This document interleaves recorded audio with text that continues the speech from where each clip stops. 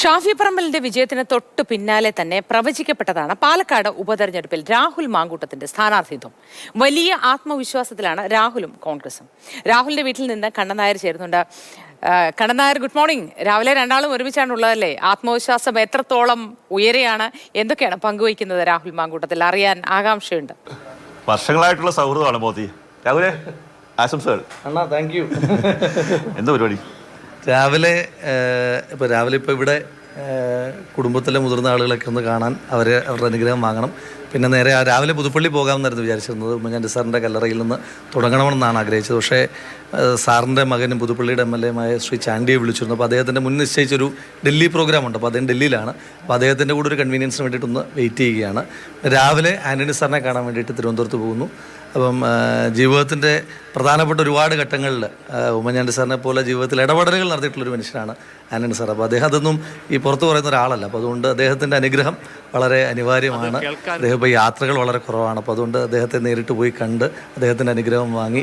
ഷാഫി വർഷങ്ങളോളം കൈവച്ചിരുന്ന ഒരു മണ്ഡലത്തിലേക്കാണ് പോകുന്നത്.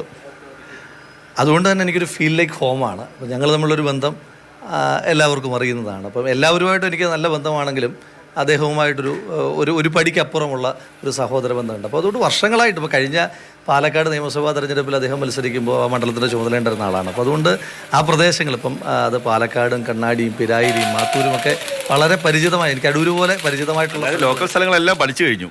ഞാൻ കഴിഞ്ഞ നിയമസഭാ തെരഞ്ഞെടുപ്പിൻ്റെ സമയത്ത് അവിടെ ചുമതലയുണ്ടായിരുന്നു. അതിനുശേഷവും മുൻപൊക്കെ നമ്മുടെ നിരന്തര യാത്രയുടെ ഒരു സ്ഥലമാണല്ലോ പാലക്കാട്. ഒന്ന് ഷാഫിക്കയുടെ ഒരു സാന്നിധ്യമുണ്ട്, പിന്നെ അല്ലാതുള്ള സംഘടനാ പ്രവർത്തനമുണ്ട്. എനിക്ക് KSUവിൻ്റെ കാലഘട്ടത്തിൽ എനിക്ക് ചുമതലയുണ്ടായിരുന്ന ജില്ലയാണ്. അപ്പോൾ അത്ര KSU കാലഘട്ടത്തിൽ ജില്ലയിൽ ചുമതലയുണ്ടായിരുന്നപ്പോഴാണ് ഞങ്ങൾ മണ്ഡലതല ക്യാമ്പുകൾ നടത്തിയത്.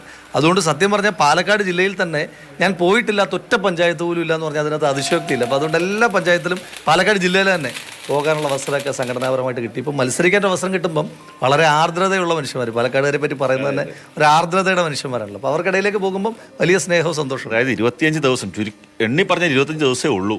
അതെ, ടെക്നിക്കലി 27 ദിവസം ഉണ്ടെങ്കിലും നിശബ്ദ പ്രചരണത്തിൻ്റെ ദിവസങ്ങൾ നമ്മളങ്ങനെ കാൽക്കുലേറ്റ് ചെയ്യുന്നതിനകത്ത് അർത്ഥമില്ല. അപ്പോൾ അതുകൊണ്ട് കൊട്ടിക്കലാശം വരെ 25 ദിവസം നമ്മൾ വിചാരിച്ചു ഒരുപാട് ദിവസമുണ്ടെന്ന് വിചാരിച്ചിട്ട് വളരെ ചുരുങ്ങിയ ദിവസങ്ങളാണ്. അപ്പോൾ അതുകൊണ്ട് നിങ്ങൾ മാധ്യമങ്ങളിലാണ് ഏറ്റവും പ്രധാനപ്പെട്ട സഹായം. പോയി അതെ, ഏറ്റവും അത് പിന്നെ പോയി എന്ന് പറയാൻ പറ്റില്ല. നമുക്ക് ഏറ്റവും നമ്മുടെ കുടുംബത്തിലെയും പ്രസ്ഥാനത്തിലെയും കാരണവന്മാരെ കാണാനായിട്ട് പോകുന്നത് അതൊരു വലിയ എക്സ്പീരിയൻസ് ആണല്ലോ. അപ്പോൾ അതുകൊണ്ട് ഈ കുറഞ്ഞ ദിവസങ്ങളിൽ എല്ലാ മണ്ഡലങ്ങളിലെ എല്ലാ സ്ഥാനാർത്ഥികളെയും എല്ലാ ജനങ്ങൾക്കിടയിലേക്കും എത്തിക്കുക എന്നുള്ളൊരു വലിയ ഉത്തരവാദിത്വം നിങ്ങൾ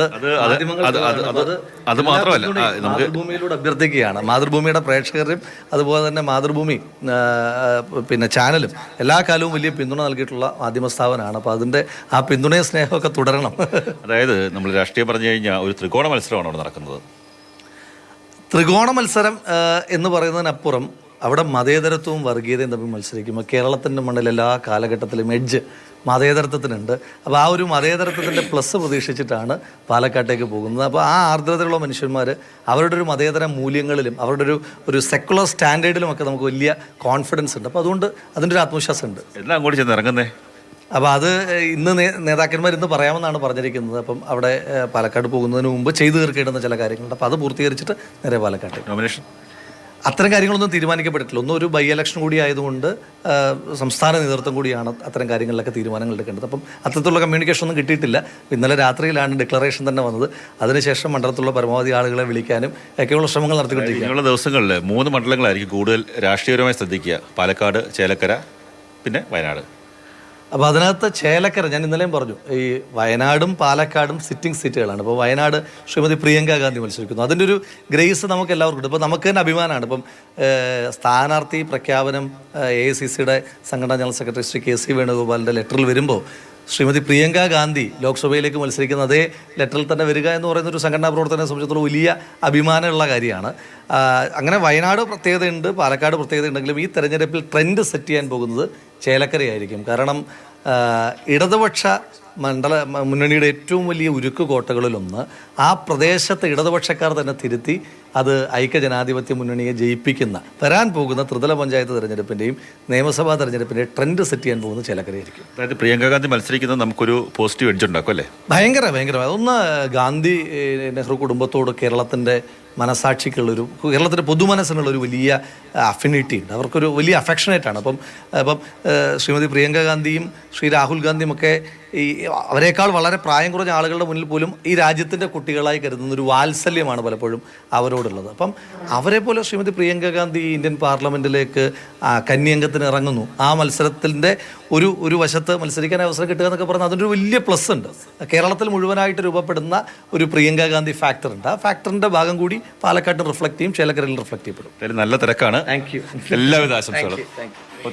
നല്ല തിരക്കുള്ള സമയമാണ്. ആ സമയത്താണ് നമ്മളോട് രാഹുൽ സംസാരിച്ചത്. രാവിലെ അപ്പോൾ താങ്ക് യു.